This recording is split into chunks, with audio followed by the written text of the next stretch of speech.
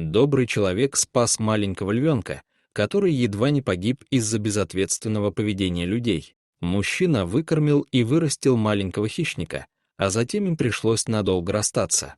Мужчина и взрослый лев встретились только через 7 лет, и в этот момент произошло что-то шокирующее. Однажды богатая семья решила завести в качестве домашнего питомца настоящего маленького львенка, однако люди даже понятия не имели, как обращаться и чем кормить совсем еще юного хищника.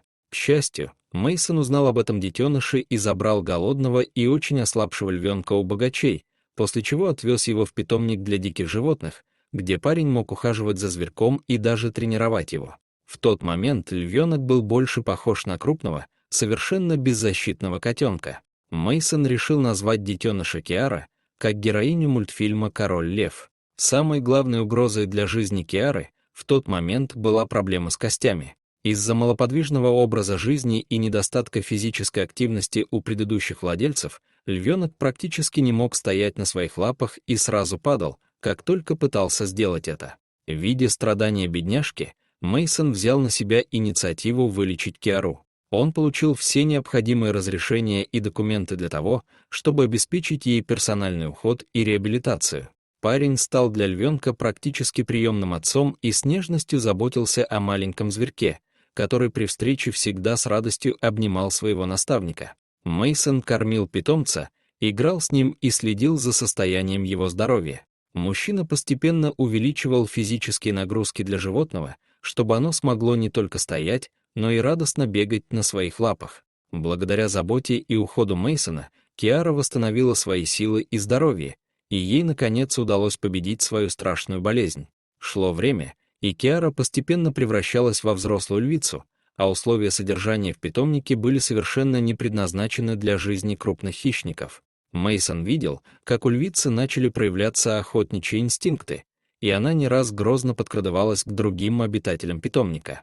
Киара начала представлять большую опасность для остальных животных и сотрудников парка, поэтому с хищницей нужно было что-то срочно делать. И единственный, кого львица продолжала все так же любить и нежно обнимать, был Мейсон.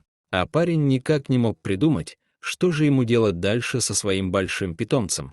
Животное невозможно было вернуть в дикую природу, так как она просто не выжила бы там, не смогла бы самостоятельно добывать пропитание. И ни один прайд львов не принял бы чужака к себе. Наконец Мейсон нашел подходящий вариант. Это был заповедник для крупных диких животных в Бразилии, где львицу поселили бы рядом с другими хищниками.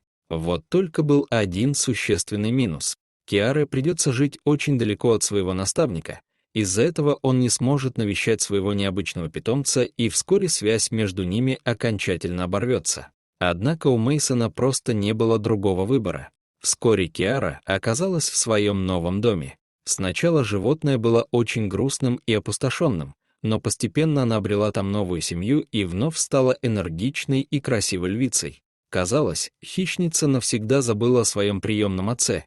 При этом у Мейсона в сердце остались только теплые воспоминания о Киаре, которую он растил с раннего детства. Парень очень хотел навестить свою подопечную, но ему мешали многие обстоятельства.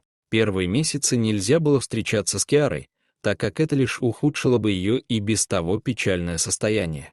Помимо этого, Мейсону нужно было ухаживать за другими дикими животными и работать, чтобы финансово обеспечивать себя и свою семью. Тем не менее, он никогда не оставлял надежду вновь встретить своего большого друга. Через 7 долгих лет у Мейсона наконец появились деньги и время, чтобы отправиться в Бразилию. Парень беспокоился только об одном: узнает ли его Киара через такой большой промежуток времени и позволит ли хотя бы приблизиться к себе. Мейсон добрался до ограждения и направился к львице, сильно переживая о том, что произойдет в ближайшие минуты. Сотрудники заповедника позволили опытному ветеринару зайти в вольер к хищнице, при этом предупредив, что он делает это под свою ответственность. Это было очень опасно, ведь если большая хищница не вспомнит своего бывшего наставника, то их встреча после долгой разлуки могла закончиться очень печально. Киара давно уже находилась рядом с другими львами и все это время жила по их законам. Наконец Мейсон открыл ворота вольера и вошел внутрь, а Киара в этот момент казалась очень нетерпеливой и ходила по своей территории. Когда парень позвал животное по имени, она ожесточенно начала царапать дверцу вольера. Затем огромная львица бросилась на человека и с легкостью повалила его на землю.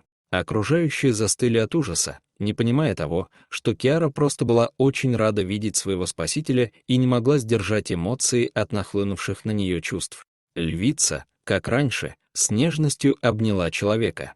В этот момент грозный хищник вновь превратился в маленького пушистого котенка, который был безумно рад встретить своего приемного отца.